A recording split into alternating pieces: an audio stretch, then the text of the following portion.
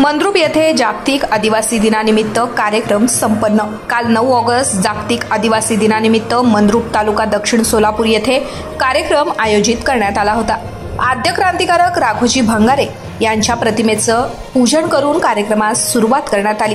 यावेळी कोळी जमातीचे अभ्यासक प्राध्यापक बाळासाहेब बळवंतराव सर यांनी उपस्थित आदिवासी कोळी जमाती बांधवांना बहुमूल्य असं मार्गदर्शन केले। यावेळी व्यासपीठावर उपस्थित प्राध्यापक बाळासाहेब बळवंतराव, दुर्गाताई माने, दादा करमकर माने साहेब, पत्रकार विजयकुमार कांबळे, सुदाम होनकोंबडे, युवा नेते सूरज खडाडे आदी मान्यवरांनी भाषण केलं। तसेच तालुक्यातील आजूबाजूच्या गावचे सरपंच, उपसरपंच, पोलीस पाटील व तसेच परशुराम कोळी, औदुंबर कोळी, बाबासाहेब सोनवणे, तात्यासाहेब भंडारे, जगदेव कोळी, लक्कप्पा कोळी, शंकर कोळी, दत्ता कोळी या मोठ्या प्रमाणात आदिवासी महादेव कोळी बांधव भागातून मोठ्या प्रमाणात या कार्यक्रमास उपस्थिती दर्शवली होती। कार्यक्रमाचं सूत्रसंचालन कौशिक कोळी यांनी केलं। आभार प्रदर्शन माशप्पा कोळी यांनी मानले। नारायण घंटे, लोकप्रधान न्यूज, मंद्रुप। अधिकाऱ्यांनी खोटा दाखला दिला, म्हणजे तुम्ही महादेव कोळी आहात, तुम्ही मल्हार टोकरे ढोर कोळी आहात, पण तुम्हाला जर एसबीसीचा म्हणजे कोस्टल एरियातील सोन कोळी ग्रुपचा जर दाखला त्यांनी दिला किंवा तुमची एखादी दुसरी नोंद महादेव कोळी असताना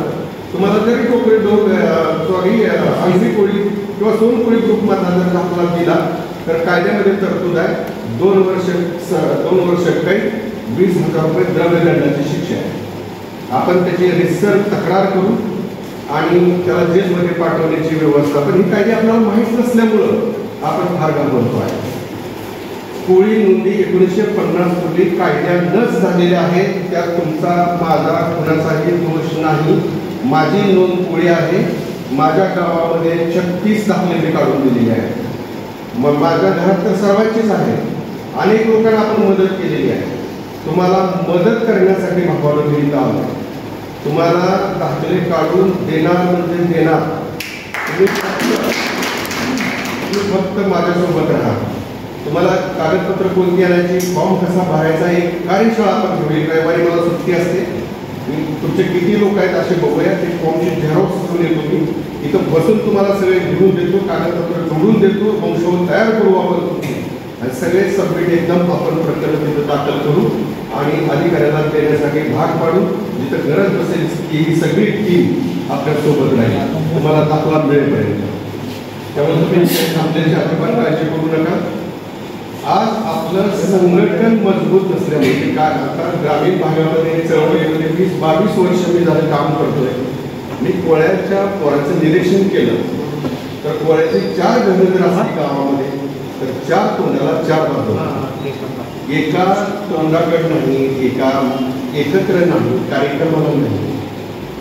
हे मोठं दुर्दैव आहे। काल जरांगे पाटलांची सभा झाली, शांतता रॅली झाली, तर बघा 1901 ते 1941 पर्यंत या देशामध्ये इंग्रज सरकार होतं। इंग्रज सरकारने ज्या जनगणना केल्या त्या जनगणना आयोगाने कोळी जमातीमध्ये 26 पोटजाती आहेत।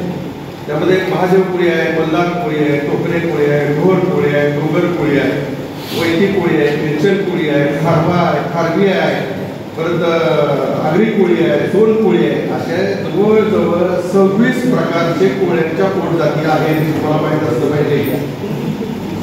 मानववंशशास्त्रज्ञ इंदोवेन यांनी या 26 प्रकारापैकी 26 पैकी 4 गट केले। 4 गट, या 26 गटाचे 4 गट केले। त्याच्यामध्ये महादेव कोळी एक गट, मल्हार कोळी एक गट, टोकरे आणि ढोर कोळी हा एकच आहे, वेगळा नाही। टोकरे म्हणजेच ढोर आणि ढोर म्हणजेच टोकरे कोळी, आणि एक सोन कोळी ग्रुप केला। त्यापैकी 3 गटाला अनुसूचित जमातीची सवलत लागू आहे। डॉक्टर बाबासाहेब आंबेडकरांनी तुम्हाला संविधानामध्ये महादेव, मल्हार, टोकरे, ढोर कोळी जमातीला अनुसूचित जमातीचं संरक्षण, आरक्षण मला दिलेलं आहे। आणि एसबीसीचा जो कोळी आहे तो समुद्र किनारपट्टीवर राहणारा कोळी आहे। तुम्ही एसबीसी नाही, एसबीसी दाखला घ्यायचा नाही आणि दिला तर मला फोन करा, त्या प्रांताधिकाऱ्याला जेलमध्ये पाठवण्याची व्यवस्था आपण करू।